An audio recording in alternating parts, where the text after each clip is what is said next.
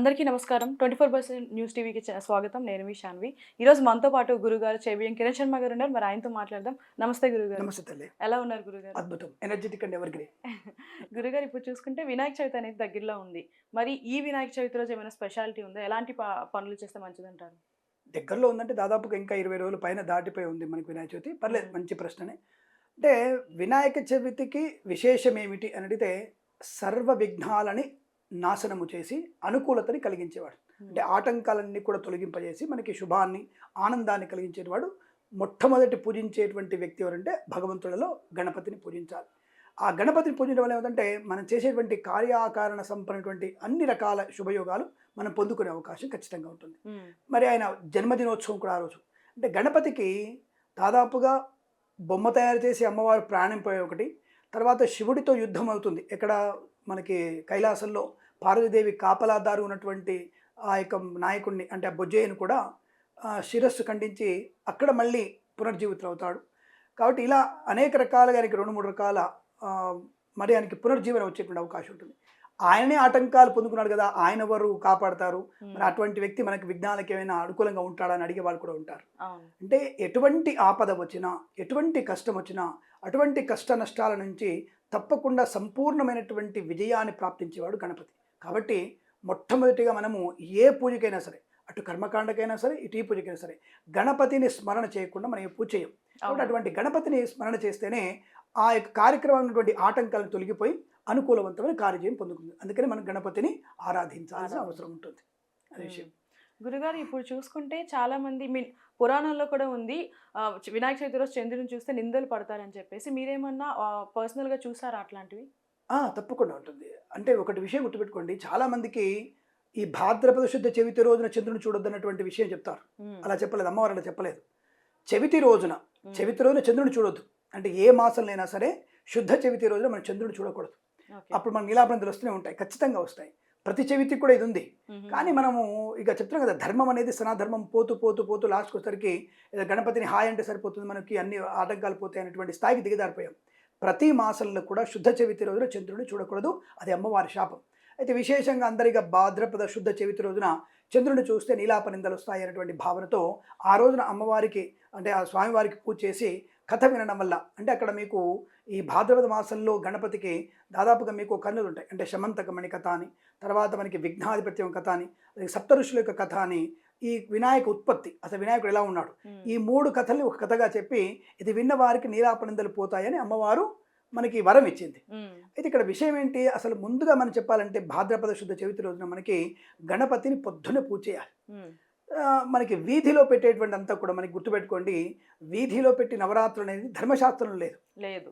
9 రోజులు నవరాత్రులు అనేది ధర్మశాస్త్రంలో లేదు. హ్మ్. అయితే మరి ఎవరు చేశారు దీన్ని? అవును. ఎట్లా చాలామందికి మహారాష్ట్రలో ముంబైలో ఉన్నటువంటి ప్రాంతంలో హ్మ్. బాలగంగాధర్ తిలక్ గారు దీన్ని అప్పుడు స్వాతంత్ర ఉద్యమంలో జనాలందరినీ దగ్గర రానియకుండా విడివిడిగా ఉంచుతారు బ్రిటిష్ వాళ్ళు. హ్మ్. కాబట్టి ఆ సమయంలో వీళ్ళందరూ ఒక తాటి దిగాలంటే బ్రిటిష్ వాడికి కొన్ని నమ్మకాలు మనం చూపించాలి. మాకు ఈ పూజలు ఉన్నాయి, మాకు పునస్కారాలు ఉన్నాయి అని అప్పటి కాలంలో ఆయన స్వాతంత్ర సమర ఉద్యమంలో ఈ గణపతి నవరాత్రులు ప్రారంభం చేసి అందరినీ ఒక దగ్గర తీసుకొచ్చేసి హ్మ్. భారతదేశ స్వతంత్రం గురించి ఎటువంటి మనము ప్లానింగ్ చేయాలనేటువంటి భావనతో నవరాత్రోత్సవాలు పెట్టాడు. అప్పుడు మొదలైంది కార్యక్రమం. ఓకే. ఇది అయితే గణపతి పూజ అనేది ఒకటే రోజు, ఆ రోజు వరకే, చవితి రోజు పూజ చేసి మర్నాడు ఉద్వాసం చెప్పడం వరకే, హ్మ్. ఒకటి రోజు పూజ ఉంది దానికి.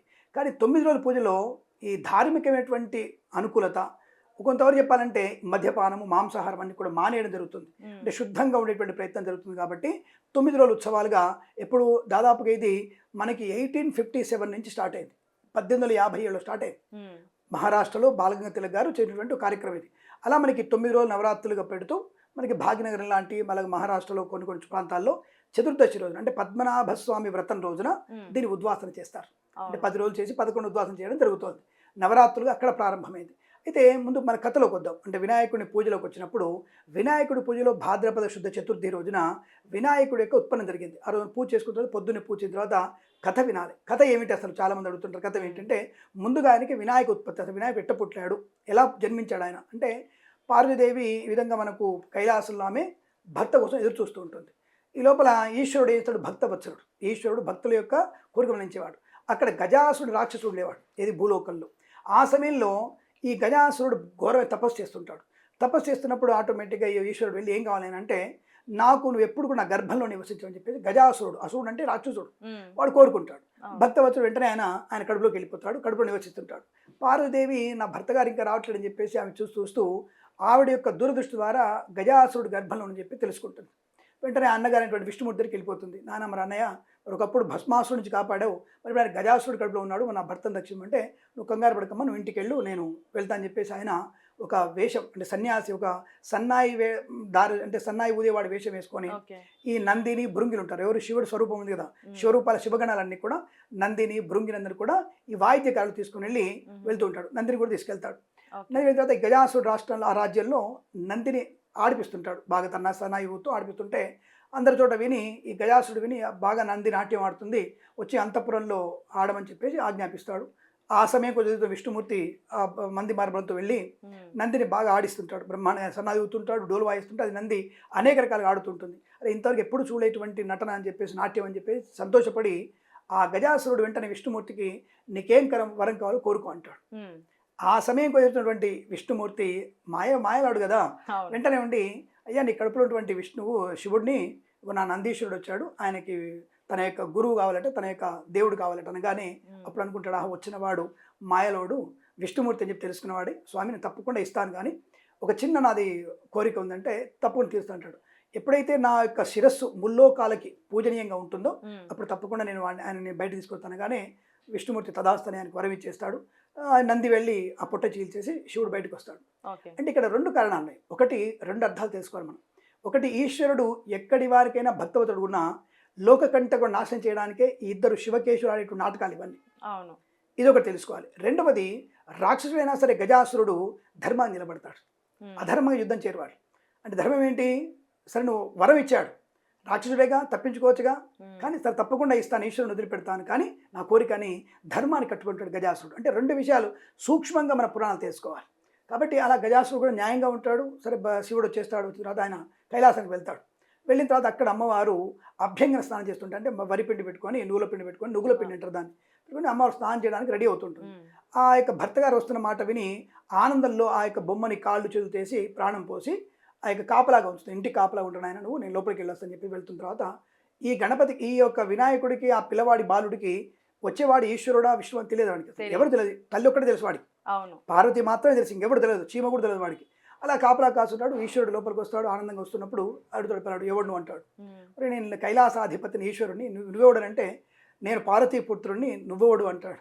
నేను ఈశ్వరుని భర్తనంటే, భర్త ఇట్లాంటి మనకు సంబంధం లేదు, ఫస్ట్ గెట్ అవుట్ రాని, అంతే పూర్తిగా రాని. ఇక యుద్ధం చేస్తాడు, నేను ఎంత అని, అంటే ఇద్దరికి కూడా అనేక రకాల యుద్ధం వాదోపు జరుగుతుంటాయి. జరిగిన తర్వాత వినాయకుడు యుద్ధం చేస్తాడు, ఇద్దరు యుద్ధం చేస్తారు. ఇక శివుడు త్రిశూలంతో ఒక్కసారిగా కంఠం కట్ చేసిన తర్వాత పిల్లవాడు మరణిస్తాడు, లోపలికి వెళ్తాడు. ఇద్దరు భార్యాభర్తలు గౌరీనాథ్ ఇద్దరు కూడా మాట్లాడుకుంటున్నప్పుడు మధ్యలో ఈ పిల్లవాడి విషయం వస్తుంది. ఏమిటి అంటే, ఆ పిల్లవాడిని చంపంటే నువ్వు ఎంత పెద్ద మనిషివి, ఇంత వాడివి నువ్వు, నీ వాడిని చిన్న పిల్లవాడిని చంపేస్తావా నువ్వు, అసలు నీకు మనసు ఉందని చెప్పేసి అమ్మవారికి ఏడుస్తూ ఉంటుంది. అంటే అక్కడ కూడా తనకి కన్న అంటే కడుపులో కన్నటువంటి బిడ్డ కాదు, ప్రాణం పోసినవాడు, కానీ ఆ మాతృవాత్సల్యం చేత ఆవిడ ఏడుస్తూ ఉంటుంది. అమ్మ నువ్వు ఏడవ తల్లి, ఏడిస్తే లోక నాశనం అయిపోతుంది, నీ పిల్లవాడిని బతికిస్తా అని చెప్పేసి విష్ణుమూర్తి గజాసురునికి వరం ఇచ్చాడు కదా, మీరు వెంటనే వెళ్ళి ఆ తల తీసుకురమ్మంటారు. విష్ణుమూర్తి గారు బ్రహ్మగారు వస్తారమ్మా, ఎందుకమ్మా ఏడోకని చెప్తే ఆ విష్ణుమూర్తి చెప్పినట్టుగానే తల తీసుకొచ్చేసి పడమట పక్క ఎటువైపు ఉత్తర దిక్కు, ఎందుకంటే అక్కడ మనకి ఇక్కడ ఒక పాయింట్ చెప్తాను మీకు. ఆ విష్ణుని తీసుకొని పెడతారు. ఈ కథలోనే ఈ యొక్క గజాసురుడు ఉత్తరం వైపు పడిపోతాడు. అంటే మరణం అనేది ఉత్తరం వైపు నుంచి ప్రమాదాన్ని కలిగిస్తుందని అర్థం. సైంటిఫిక్ గా ఉత్తరం తలుపు చేసి పడుకున్నప్పుడు మనకి రోగాలు ఎక్కువ వస్తాయి. ఎందుకంటే మీకు యాంటీవైలెట్ కిరణాలన్నీ కూడా, అంటే ఉత్తరాక్షాంశం నుంచి వచ్చేటువంటి ఈ యొక్క గాలి అంతా కూడా మనకి కార్బన్ డైఆక్సైడ్గా మారుతుంది, దక్షిణావృతమైనటువంటి గాలి మనకి ఆక్సిజన్గా మారుతుంది. ఇది అప్పటి సైన్స్. కాబట్టి ఉత్తర దిక్కును తల పెట్టుకోవద్దని చెప్పడం కోసం ఉత్తర వైపు తల ఉన్న వాడిని తీసుకురమ్మంటారు. ఆయన ఉత్తరం వైపు పడుతుంది తలవాడిది, కాబట్టి తీసుకొచ్చేసి ఆయన అతికించేసి ఆయన పేరు పెడతారు. అప్పుడు ఏ పేరు పెట్టాలి ఆయనకి అంటే విఘ్న, అంటే గణపతి అని పేరు పెట్టారు. అంటే వినాయకుడికి గజముఖుడు అని పేరు పెట్టారు, గజముఖుడు అనే పేరు ఆయనకి. ఆ తర్వాత గజముఖుడు కూడా బ్రహ్మాండ పెరుగుతూ ఉంటాడు, భాద్రపద రోజున మంచిగా డెవలప్ అవుతుంటారు. కొంతకాలం తర్వాత కృత్తికలలో కుమారస్వామి పుడతాడు. ఇద్దరికి పార్వతికి ఎప్పుడు కూడా ఇద్దరు కడుపులో పుట్టరు వీళ్ళు. కృత్తికల్లో ఈశ్వరుడి యొక్క అంశ చేత కృత్తికల్లో కుమారస్వామి పుడతాడు. కృత్తికలు అంటే దర్భలో పుడతాడు ఆయన. సో దానికి ఒక కథ ఉంది మళ్ళీ, అది ఆ అమ్మవార్లు 6 అమ్మవార్లు వేరు, మళ్ళీ ఆ కథ వేరు. ఆ కృత్తికల్లో పుట్టిన కుమారస్వామి ఇద్దరు గజముఖుడు ఇద్దరు కూడా ఆనందంగా ఉంటారు, గజనానుడు అంటారు. అయినా ఇద్దరు ఆనందంగా ఉన్న తర్వాత కొంతకాలానికి ఇంద్రుడు అందరూ కూడా వచ్చేసి, నాయన మేము ఏ పని మొదలుపెట్టినా మాకు ఆటంకాలు వస్తున్నాయి, మాకు ఒక లీడర్ కావాలి. సో మాకు ఒక మంచి అంటే విఘ్నాలని పోగొట్టేవాడు, ఆయన పూజించి తలుచుకుంటే ఇవన్నీ మాకు ఆటంకాలు లేకుండా ఉండాలి, మాకు ఎవరైనా ఇమ్మని చెప్తారు. అయితే మరి విష్ణుమూర్తికి పిల్లలు లేదు కదా, బ్రహ్మగారి సంతానం లేదు, మరి ఎట్లా అని చెప్తే ఈశ్వరుడికి వచ్చారు.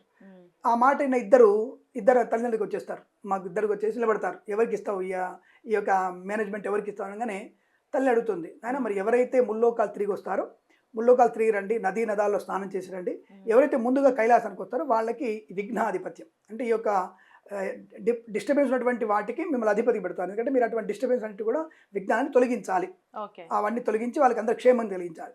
అంటే కుమారస్వామి వాయు వేగంతో నెమ్మలి వాహనంతో పైకి వెళ్ళిపోతాడు, స్పీడ్గా వెళ్ళిపోతాడు, నదులలో సముద్రంలో స్నానం చేస్తుంటాడు, వచ్చేస్తుంటాడు. మరి బొజ్జయ్య చూస్తుంటాడు, అమ్మ ఇంతలా పొర్రనాది, మరి నేను పొట్టివాడిని మరుగుజ్జుని, నా ఎలుక చిన్నది, మరి నేను ఎలా చెప్తే అప్పుడు అమ్మవారు అంటుంది, మాతాపితృ సమం దైవం నా దైవం వస్తుంది. అంటే అమ్మకు తండ్రికి మించినటువంటి దైవం లేదు, మరి ఆ విషయం తెలుసు కదా నీకు అన్నప్పుడు వెంటనే కళ్ళు మూసుకుంటాడు, తల్లిదండ్రులకు ప్రదక్షిణ చేస్తాడు.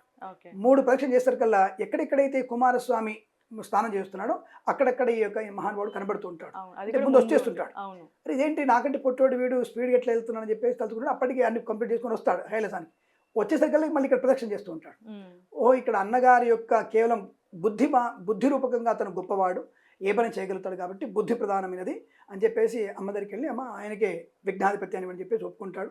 ఆయనేమో విఘ్నాధిపతి, ఈయనేమో సైన్యాధ్యక్షుడిగా, ఇద్దరికి పదవులు ఇస్తారు, సంతోషంగా ఉంటారు. ఆ రోజు నుంచి అప్పుడు అతనికి విఘ్నాధిపతి.